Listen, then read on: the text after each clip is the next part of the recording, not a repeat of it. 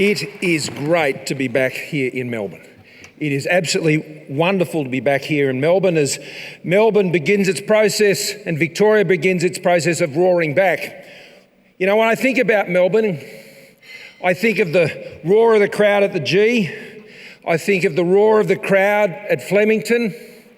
I think of the hustle and bustle of the streets and the people in the cafes and enjoying the wonderful city life that is Melbourne. And to see everybody back here this morning, many of you for the first time to be together again in this way. It is really, truly tremendous to be back. And just as that roar of the crowd, whether it's at the G or Flemington, we want to see that roar of the economy back here in Victoria. We want to see that roar of Melbourne as it ascends again and takes its place. And we see it drive once again the Australian economy as it so importantly does. So it's great to be here and with so many people who make our economy tick here in Australia. To Karen, President of the Victorian Chamber of Commerce, thank you very much for that very kind introduction. And to Paul and everybody, I want to thank you. I want to begin by acknowledging the traditional owners, of course, of the land on which we meet, the Bunurong and Wiradjuri peoples of the Kulin Nation, and pay my respect to elders past, present and emerging. And as we approach Remembrance Day in particular, I also want to acknowledge, as I always do, our serving men and women of the Australian Defence Force and any veterans who are with us here today, and thank you very much for your service. I am particularly pleased to be here with the Victorian Chamber, the premier business group for small and medium businesses here in Victoria. To Paul Gora and his team, they've done an excellent job in difficult circumstances bringing this breakfast together, and I want to thank you very much for hosting me.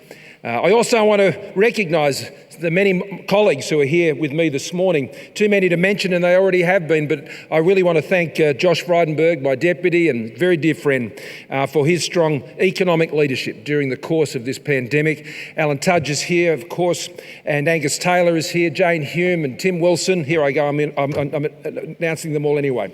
And Katie Allen is here, and I'm sure there are others here as well. Sarah Henderson is here, I can see. So thank you for being here with me today. Can I acknowledge Matthew Guy as well, and thank Matthew for the important role he's playing here in Victoria of reminding everybody about where we have to go forward. How we have to go forward in this state and ensure that the state opens up and embraces the opportunities that are before us.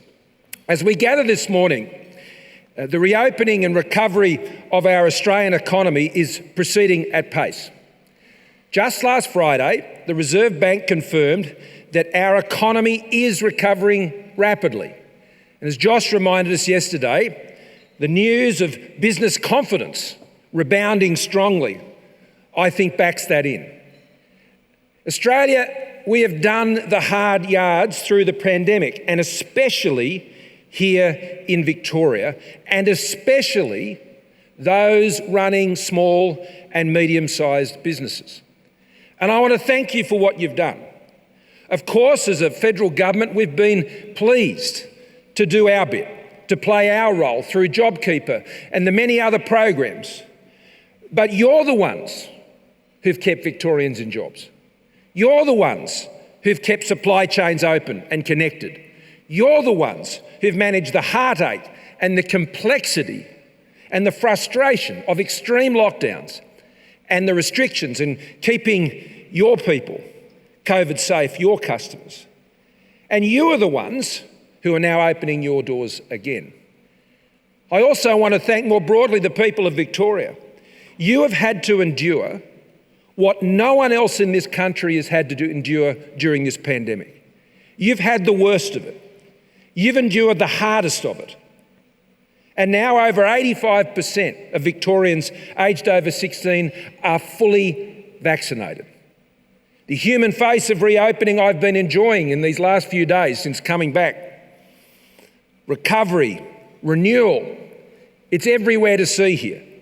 You see it in the smiles on the faces of small business people, their doors open, serving customers as they pull the shutters up in the morning on their deli or their newsagent or their coffee shop. You see it at the hugs at the airports as families reunite across geographies, across generations. You see it in the really simple of pleasures. Friends just catching up, having a beer, going to restaurants, strolling around the shops, getting a haircut. It must never be taken from us again. And that is why I put the national plan together, and I also want to acknowledge the wonderful work of the Doherty Institute. A plan based on the best possible medical science, homegrown here right in Melbourne, and the best economics to ensure we open safely and we stay safely open. We're not going back. Australians have kept their side of this deal by getting vaccinated. Governments right across this country must keep theirs and return to Australians their freedoms. So here we are, one of the lowest fatality rates from COVID anywhere in the world. We are now approaching one of the highest vaccination rates in the world, even exceeding the United Kingdom on double dose. And one of the strongest economic performances of any developed nation in the world through the pandemic. So what next? What's it all about now? What's the big issue? Our challenge now is to secure the economic recovery for all Australians. That is what my government is 100% focused on, because only by securing this economic recovery can we restore our livelihoods and continue to guarantee the essentials that Australians rely on to support our Australian way of life, our health, our security, our jobs, our freedoms. That is what is at stake now, and we cannot take it for granted.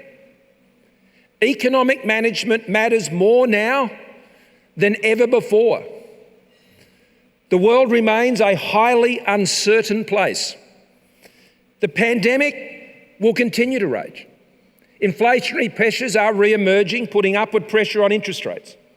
Strategic competition between the world's two largest economies, the United States and China, is reframing the global geopolitical landscape, especially in our Indo-Pacific region. We need to keep Australians safe. Supply chains are being disrupted and reformed, and not always to our advantage here. And the global energy economy is transforming as the world responds to climate change. Now, all of these forces have very real implications for Australia. How we navigate these next few years, the choices we make as a government, the choices Australians make as a people, will have a major impact on our future prosperity and indeed the security of our country. But you know what? I'd rather be us here in Australia than anywhere else in the world. As always, we have reason to be optimistic. It's our country's nature, and I can assure you it's my nature. In its latest economic forecast, the RBA projects the Australian economy will grow strongly by 5.5%. You didn't hear me wrong. 5.5% by 2022. The unemployment rate, as Josh constantly reminds us rightly, is forecast to decline to 4% by the end of 23. The lowest rate since August of 2008. It's currently 4.6, down from 5.7 when we came to government. We're not there yet. There's still a big job to do, but I am very confident that your enterprise, combined with the continued right policy settings, will continue to secure our economic recovery and Australia's future.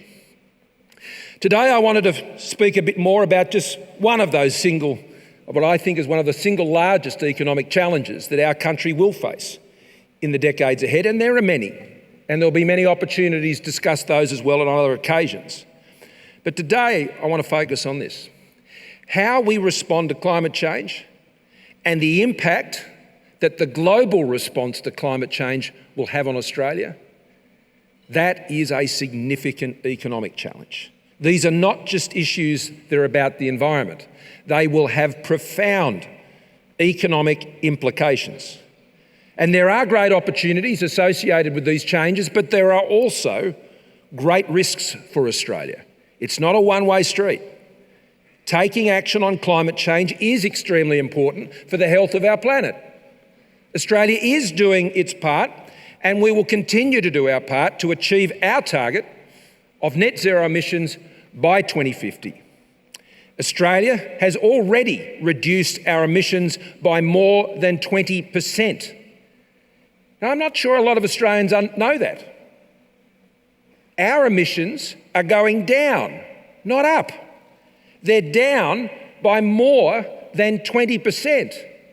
And you may say to yourself, or others listening in, oh yeah, but there are other countries, they're doing so much better than that. Not true, as Angus Taylor and I had the opportunity to share directly with them, whether it was in Rome at the G20 or at COP26, because a 20% fall is broadly in line with what's being achieved across the EU, but it's better than the United States, it's better than Japan, it's better than our Kiwi cousins across the ditch in New Zealand, in Canada and South Korea. Australia's emissions intensity has fallen since 2005 by 54%. Now that ranks Australia second only to the UK of all G20 countries. I particularly enjoyed sharing that with my G20 colleagues when I was there.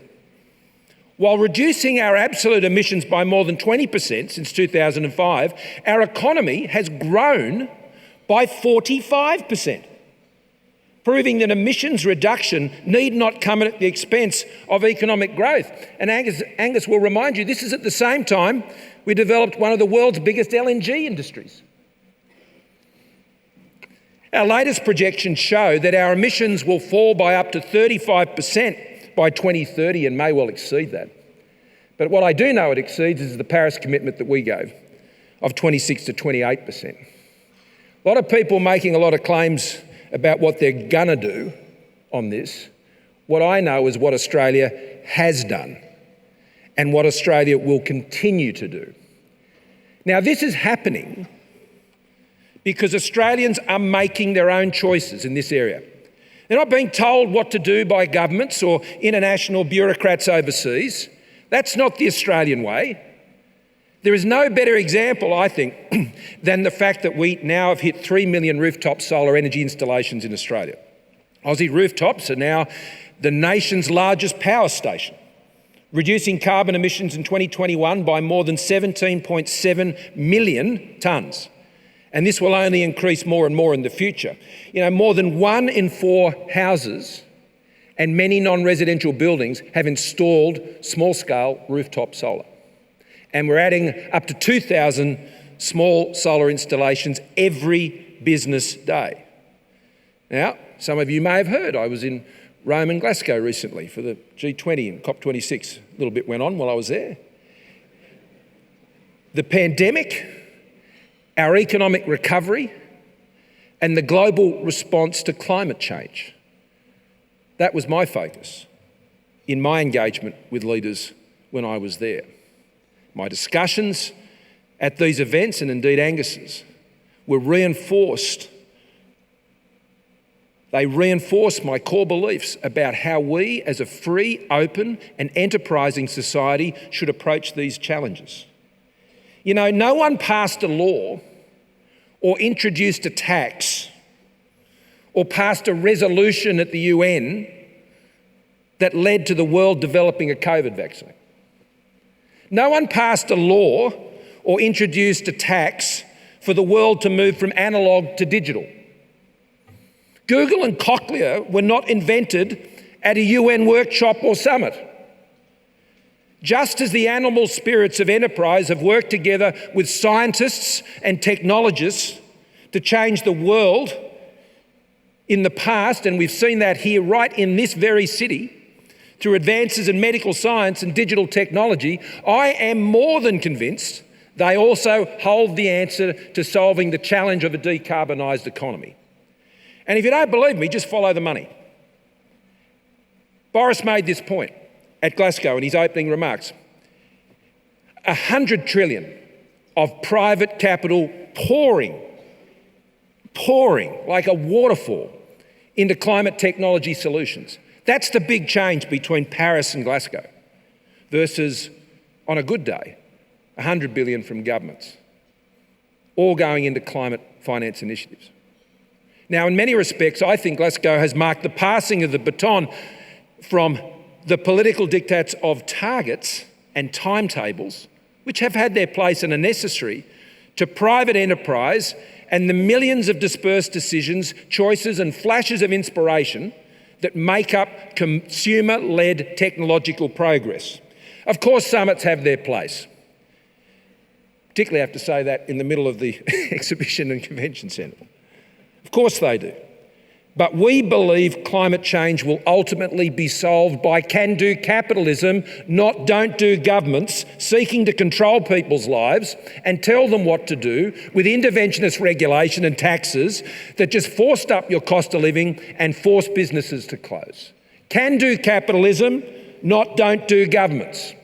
I think that's a good motto for us to follow, not just in this area, but right across the spectrum of economic policy in this country. We've got a bit used to governments telling us what to do over the last couple of years. I think we have to break that habit. It's had its place, sure. The issue in responding to climate change is no longer about if or why or when. We've had that debate. It's now about the very practical question of how. The world does not need to be punished for climate change. We just need to fix it. And it will be fixed painstakingly, step by step, by entrepreneurs, by scientists, by technologists, by innovators, by industrialists, by financiers, by risk takers. That's the Australian way. That's the way I've been championing on the world stage. And you know, like-minded capitalist market-based economies should be doing the same. As Liberals and Nationals, we have far more trust in those who will risk their own capital to bring about these innovations than governments using your tax dollars to tell you what to do. And I think Australians, after almost 2 years of governments telling them what to do through this pandemic, they've had just about enough of that approach. That approach does not come easy to us as Liberals and Nationals. It just doesn't. Every fibre of our being, in many of the decisions we've had to take, it goes against our instincts, it goes against our grain, but it was necessary. But what you can take from that is we'll reset back to letting our economy do the work and let those who drive it be able to do that work as quickly as we possibly can, because that's how you'll see the Victorian economy roar back to life. It's not something, as I said, we instinctively do, and it's not something Australians want to see more of in the future. I don't believe they do. So as we work to secure our economic recovery and future, we must secure Australia's place also in the new energy economy. Countries with net zero commitments cover now more than 80% of the world's GDP, and 90% of Australia's exports are to countries with net zero commitments. That, of course, is going to have an impact on Australia. These are decisions being taken in other countries, and we can't ignore the reality of this. We cannot just sort of wish it away. Again, my time in Glasgow affirmed my belief that Australia can and must chart its own unique path for achieving net zero emissions by 2050. Our geography, our demography, our resource endowments, our human capital, our export profile, so reliant on rural and regional Australia, all mean that our pathway will be quite different to relatively small, densely populated, service-based advanced economies in the North Atlantic. Just because it works in the North Atlantic doesn't mean it's going to work in the Indo-Pacific and countries in the same way like Australia, and certainly not in the developing economies of our region who we do business with every day. And that's why we will continue to join others in opposing prescriptive deadlines for phasing out particular fuels or gutting our agricultural sector, or demands that are disconnected from realities, our industries and our people, particularly in rural and regional Australia. Demands that are also disconnected from technology trends and the lessons of history The economic development imperatives of so many countries, especially in our Indo-Pacific region. The disruptions, the price spikes and energy shortages many countries are now experiencing in recent times reinforce why evolution, not revolution, is the only sustainable approach to net zero, politically, economically, and then ultimately environmentally, because it gets the job done. Our government's long-term emissions reduction plan with our target of net zero emissions by 2050 embodies this approach, building on successful policies. And our record of exceeding our emissions reduction targets. Under our plan, Australians do not have to upturn their lifestyles or our economy to reach net zero. We can make our own Australian way. Under our plan, Australia will continue producing and exporting world-class resources, energy, manufactured goods, agricultural products, led by globally competitive businesses. And there are 5 principles that guide our plan. Technology, not taxes. Respecting consumers' choices, not telling them what to do with mandates. Trusting customers to make good calls and trusting businesses and enterprise to respect their customer and their demands and what they want to pay for it and ensure they can get their costs down to meet that demand. Driving down the cost of a range of new technologies, many more horses in the race, as we like to talk about at Angus and I. Keeping energy prices down with affordable and reliable power, and also being accountable for our progress. Australia reports every quarter, every gas, every sector, every emission. The rest of the world has to catch up to that sort of transparency. Together, all of these are designed to ensure that Australia can shift to a net zero economy in a way that does not put industries, jobs, or our regions at risk. The focus of our plan is driving down technology costs, not increasing the costs of alternatives, and accelerating their deployment at scale across our economy. It's also about establishing Australia as a leader in low emissions technologies tied to our industrial strengths and our national interests. We have identified our priority technologies and the stretch goals linked to those technologies to drive down costs. You want to know the targets that matter in achieving net zero? Clean hydrogen, under $2 a kilo. Ultra low cost solar, under $15 per megawatt hour. Energy storage, under $100 per megawatt hour. Low emission steel and aluminium, under $700 per tonne for steel and under $2,200 per tonne for aluminium. Carbon capture and storage, under $20 per tonne of CO2. And soil carbon, under $3 per hectare per year. These are the targets that matter, because if you achieve those, then you can achieve a decarbonised economy and you don't have to sell your economy out to achieve it. My colleague Angus Taylor launched the second low emissions technology statement at COP26, and I want to thank also and recognise the contribution of another great Victorian, Dr. Alan Finkel. I think Alan's here with us today.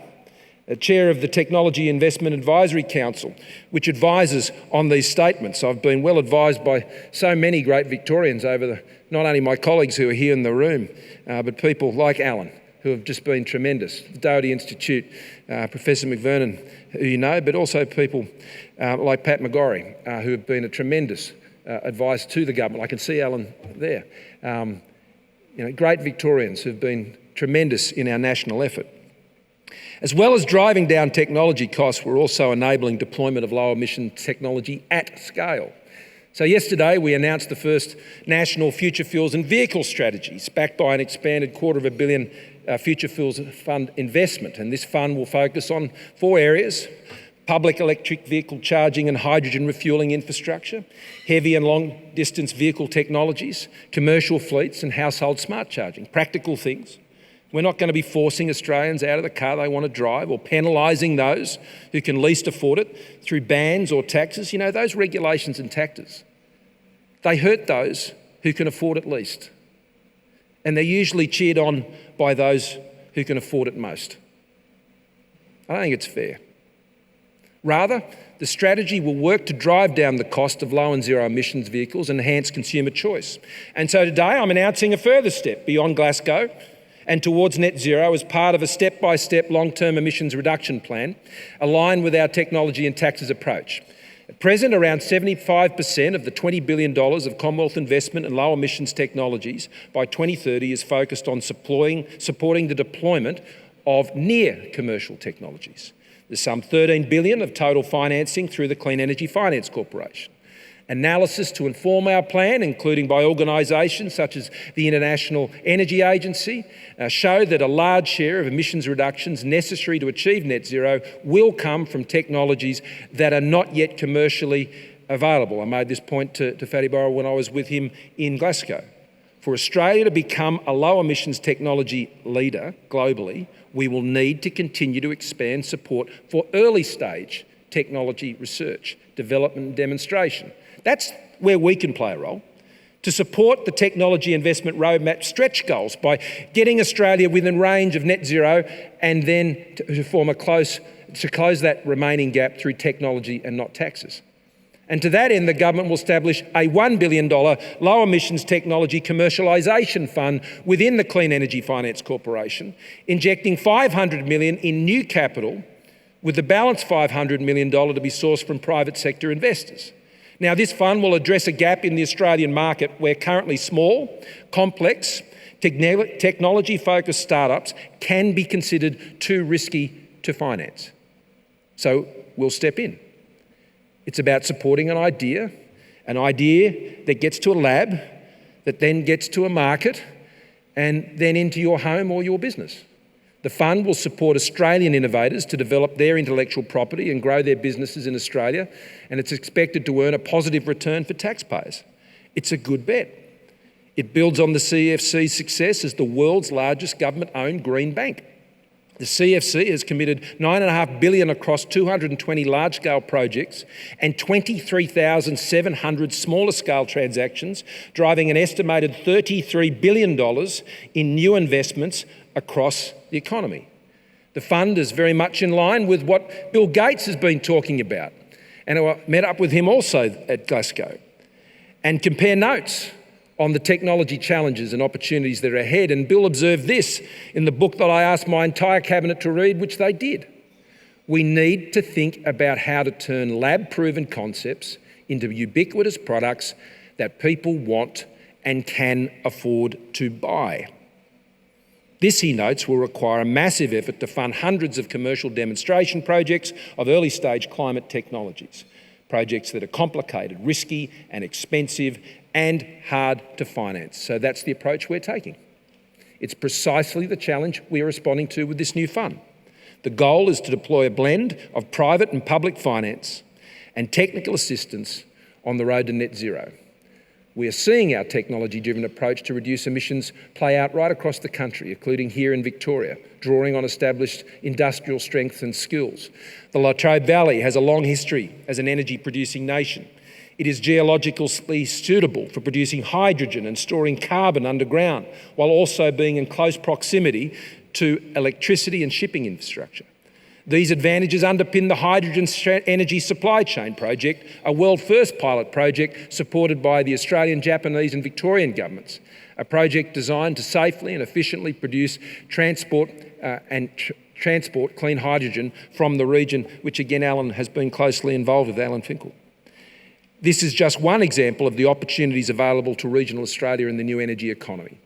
We're also working to secure the future of Australian manufacturing in a post-COVID low emissions economy. You know, for the first time since 2009, manufacturing employment is once again topped 1 million jobs, 1 million Australians working in manufacturing.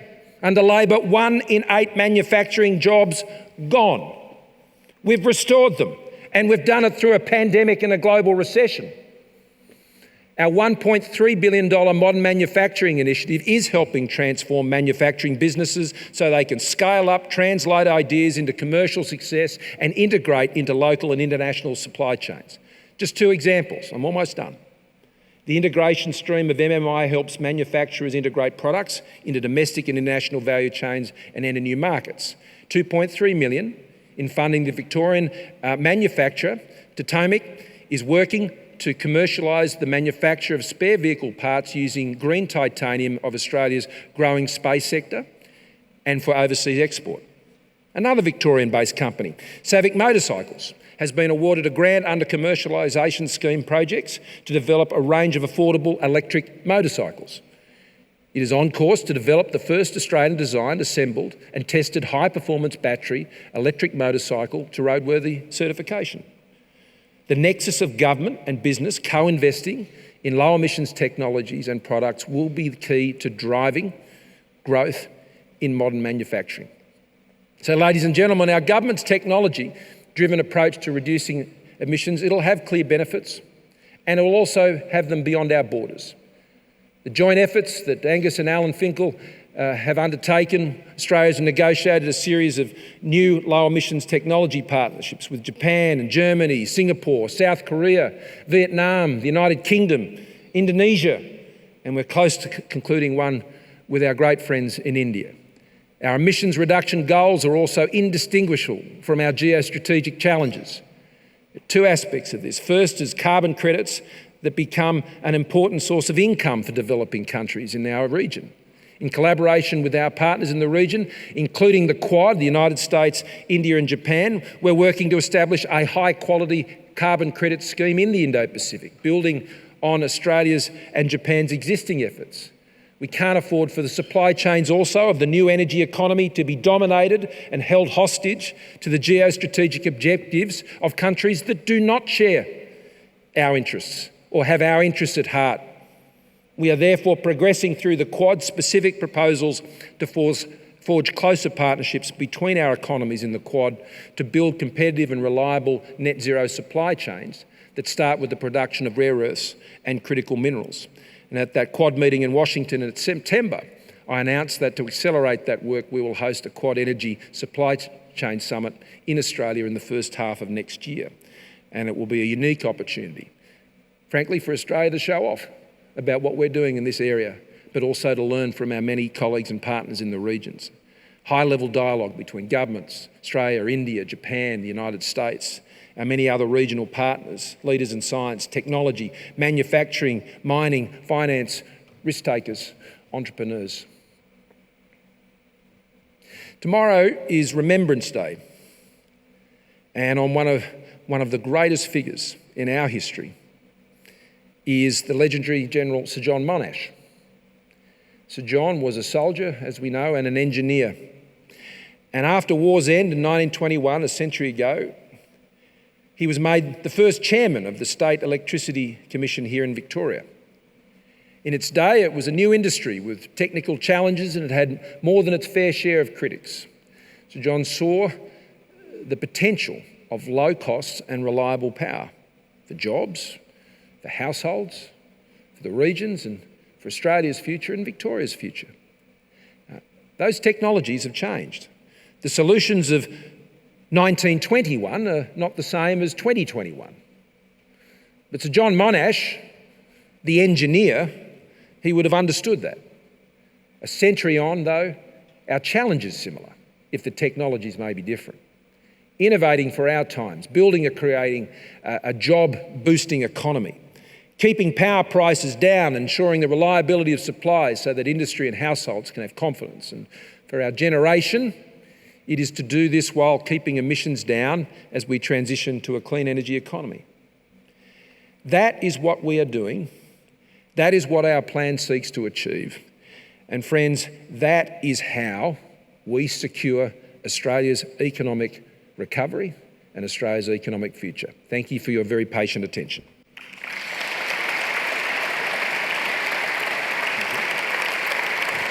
Thank you, Prime Minister. We've got time for some audience questions, which I know you're open to as well, so start thinking about what those questions might be. But I might kick it off, Prime Minister. Can-do capitalism and a highly vaccinated population that we will be and almost are in Victoria. In fact, I look at that across the rest of the country as well. Those two together with the innovation that you talked about all the way back to Sir John Monash, and we've got people from Monash University here today, how do we use that, in your opinion, to Victoria's advantage and perhaps the rest of Australia's advantage as well? One of the biggest challenges I think we're facing at the moment is we've got to get regulation out of the way. our economy. When I was speaking to the clean tech entrepreneurs and financiers in Glasgow, I said, what can we do? They didn't ask for subsidies. There was no sort of rent, wasn't a rent-seeking fiesta, not at least at that occasion. It was simply, can you please ensure that when we develop these technologies and we seek to establish manufacturing and we seek to do all these things, that we're not going to get tied up in all of these approval processes that put costs onto these things that don't have to be there. And this is one of the important things we did. National Cabinet has got a pretty bad rap from some. But what many people wouldn't have seen is a lot of the things that have changed underneath the surface. One of the key things that is chaired is the group that Josh chairs as Council of Federal Financial Relations, which has been around a while, but plugs into this new national cabinet structure. And their job, and Josh has a tough job, convincing states and territories to streamline and deregulate. Because we can do that at a federal level, but as you know, at the Victorian Chamber, if I was talking to other chambers that have a similar view, most of the regulation that businesses face is actually at a state and local level. We have to do our job at ASIC and APRA and in super and financial institutions and so on. That's our bailiwick. And the EPBC Act, which we're seeking to reform at the moment and getting no help from the Labor Party, who tend to like telling people what to do with their lives. But what's important is that we break through that. And you're right, we are primed and ready to go in this country. We're set up, but we've got to make sure that governments in Australia remember that we are a can-do capitalist country, not a don't-do governments country. Love it. That's a theme that we're going to continue, and I know we're going to push because it resonates so much in the room. Have we got any questions from out there? You've got one down here, table 8. Pascal Questa from Swinburne's got a hand up. Prime Minister, thank you for being here today. You'll be pleased to know that despite of my French accent, I'm not going to ask anything about submarine. What I would like to ask about... The answer will still be the same. So my question relates to the message that you would have for young people and students today as they kind of face Australia's future coming out of a pandemic. Thank you. Get excited, be positive, be optimistic.